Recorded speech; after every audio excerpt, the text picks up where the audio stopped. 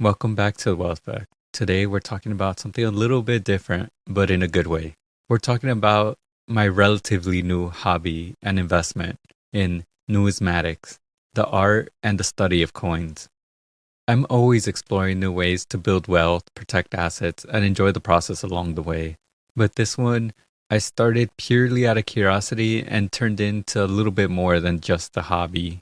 So I wanted to share what pulled me in, what I've been learning, and why this hobby has real value beyond the collector's high, and how it unexpectedly ties to a bigger theme of wealth building. Let's fill your pocket. My curiosity started when I was younger, collecting coins, but didn't really understand it or got into it and it faded pretty fast. And more recently, around the beginning of the year, I saw a random video where you can still find silver coins in change. And in that moment, I went to the bank and asked for coins. And to my luck, I actually found 4 silver coins in my first roll, which fueled it, to be honest. If I didn't find anything at the first try, I probably would have been pretty discouraged to actually continue this hobby. And that's when I started to realize that this wasn't just a random piece of metal. It felt like a piece of history that still stored value in it. And holding it felt different than other investments. And I started collecting mainly Mexican silvers from silver and gold libertas and coins that were used as legal tender in the 18 and 1900s. Also, graded slabs from NGC and PCGS, gold and silver monopoly coins, like real ones, not just fake ones, silver coins from countries all over the world, and a lot of Alcambi bars. And the crazy part is that I started to get better at eyeballing prices based on weight or coin value. I used to start to study coins under a microscope to get an idea of what would land on the grading scale. And to me, it felt like discovering treasure in plain sight in everyday products that everyone exchanges coins. And numismatics share similar characteristics to all their alternative assets like Pokemon cards and other collectibles. They mainly strive from scarcity that is the foundation of most collectible markets. Coins, Pokemon cards, sports cars, comics, and all of the above. But coins bring a little bit different feeling, like knowing how they were minted in some cases. Because some coins exist in the tens of millions in like modern pieces, modern coins, quarters. Others exist in thousands, like limited mintages and special releases. And some exist in the hundreds or fewer, especially older pieces that survive centuries of circulation, melting, and world events. And this is where it hits a bit different than Pokemon cards. With cards, scarcity is manufactured. The companies decide how many booster boxes get printed, how they create chase cards, and how to engineer rarity. Coins, on the other hand, earn their rarity through time, history, production limits, and pure survival. Mintages can be low, not because someone wanted them scarce, but because the world wars, silver was scarce, governments changed, and mints closed. When you realize there might have been a handful of perfectly preserved examples left on the planet, it's a little different scarcity as it's created by reality. And a coin can be increasingly scarce, but if there's no demand, the price sits flat. But the moment collectors, countries, or even online communities fall in love with a design, a year, or a mint, the prices shift fast. And just like Pokemon cards, part of the market is driven by fandom, nostalgia, community hype, long-term collector interest, influence and market leaders, trends, and attention cycles. Pokemon cards can spike because a wave of collectors decide a specific set is nostalgic. Sports cards can jump because an athlete became a legend. Coins can do the same, except demand can also be fueled by things like national pride, the value of the metal itself, historical significance, new discoveries, changes in world silver supply or gold supply, and generational interest. So demand can come from fans in the same way Pokemon does. Sometimes an entire nation loves the design. Sometimes collectors worldwide chase a certain rarity. Sometimes there is new appreciation for coins that had just passed a couple of years. Demand in coin collecting can be emotional, but also logical. And there's something very different about coins. It's that they they have intrinsic value. Pokemon cards have value because people agree that they have value. They're fully collectible. Coins, on the other hand, can have their value based on pure collectability, but also can be commodity backed. If you're holding bullion like Mexican Libertads, American Eagles, or Canadian Maple Leafs, your baseline of the price is the metal that the coin is made from, which in this case, most of them are made of silver. Even if the collectible premium disappears, the physical gold or silver still holds its value. When silver rises, your coin rises with it. When gold strengthens, your collection does the same because of its inherent value. So it's not purely based on speculation whether the coin will become more desired, but it also has a built-in hedge. You're holding something that the world has valued for thousands of years, so it's not likely to go to zero, and it's not all dependent on hype or nostalgia. No matter what happens, 1 ounce of silver is still 1 ounce of silver. Pokemon cards can lose their value if the hobby shifts or artificial demand. Coins, on the other hand, have a floor, a hard floor, the intrinsic one, that makes them both collectible and wealth-preserving assets.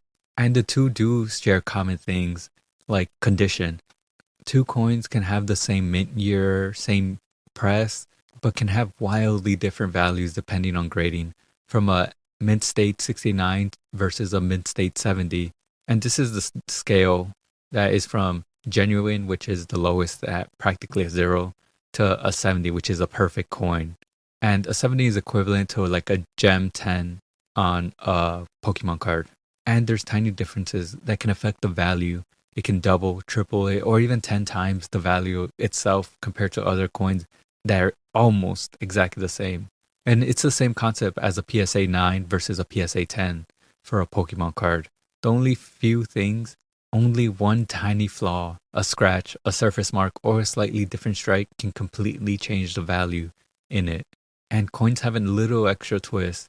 A mint state 70 graded coin from hundreds of years ago is like finding an original holographic Charizard that somehow got a PSA 10 after being in circulation in binders, in shoeboxes, and in direct sunlight for decades.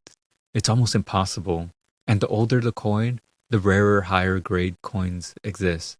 Because time attacks everything. The metal corrodes, edges wear, strikes fade. So a high condition older coin really brings in a higher premium that might not match. That is tough to match in other hobbies. And this leads into the other anchor of numismatics. Something cards can rarely compete with. It's that they have historical importance. It's not just a coin. It's not just a coin for collecting. It's more of a timestamp, a physical reminder of wars, political shifts, economic collapses, monarchies, revolutions, artistic eras, mining technologies, and even cultural identity. A Pokemon card has nostalgia tied to it from childhood and fandom. A coin has a history tied to a civilization or an era. A coin holds meaning beyond the collector. A Roman silver deniers isn't just silver, it's an artifact from the empire. A 1982 Mexican Libertad isn't just bullion, it's the start of a national icon.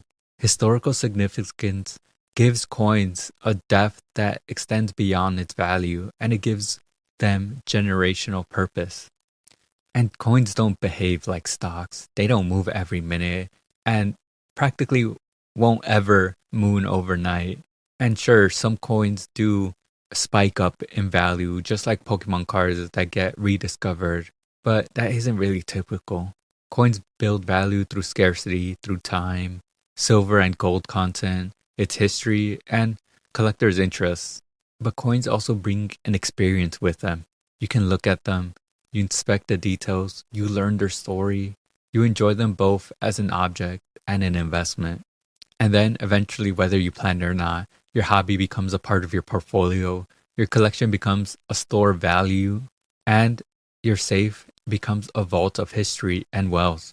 Coins might not skyrocket like meme investments, but they grow slowly over time. And in a world where everything is compared to Bitcoin, coins are one of the oldest and most reliable analog versions to store value. And it mattered to me because numismatics taught me to slow down a bit and made me appreciate the value of history and to learn from my mom's home country of Mexico. Because we live in a world that moves at insane speeds. Everything's digital, instant, and disposable. Coins, they did the opposite. There are random coins that you come across shows, and unlike digital assets where you can just look up every possible asset to invest in one moment, to me it felt like treasure hunting at these shows. You also get to hold something that's passed through hands of people who've lived before you, economies that no longer exist, and decisions that shape national currencies. It reminded me that wealth isn't just numbers on the screen. And honestly, someone who spent a lot of time thinking about wealth, investing, financial strategy, this habit, this hobby brought me a sense of joy. I kind of expected but never really took the chance until recently. So if you've never looked into numismatics, I'm not telling you to go out and drop thousands of dollars and start hunting down rare pieces like you're about to raid Fort Knox. That's not the point. The point is really to start with just one coin. Maybe it means some to you from the year you were born, from the home country of your parents or yourself, places you've traveled, or simply designs that look amazing and catch your eye. Even just getting a silver piece just for its weight, to feel it in your hand and appreciate it. And then you could do something simple just by looking up its history, find out why it was minted, what happened, and why it's no longer in circulation. You start to understand how money evolved, how nations express pride through their currency, and how precious metals shape their entire economy. Even if you never become a collector, that one experience might change the way you see the money around you. To appreciate the craftsmanship, to think about the time, value, and legacy of the coin, to people who lived hundreds of years before you, even though the coin still looks fairly new and clean. And you might be shocked if you enjoy it, because numismatic traps you into something rare today. People spend hundreds collecting digital items like me. Meanwhile, you could spend $20, $30, $40 on a coin to hold. So try it once, not for the investment, not for the potential increase in its value, but to spark more curiosity and wanting to learn more about it.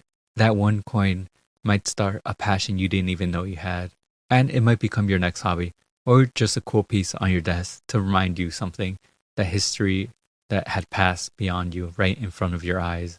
Either way, it's worth taking the first step, because numismatics isn't just a collection. It's history, value, patience, curiosity, and enjoyment of blending all that together. And for me, it became a new chapter in my personal growth and wealth journey.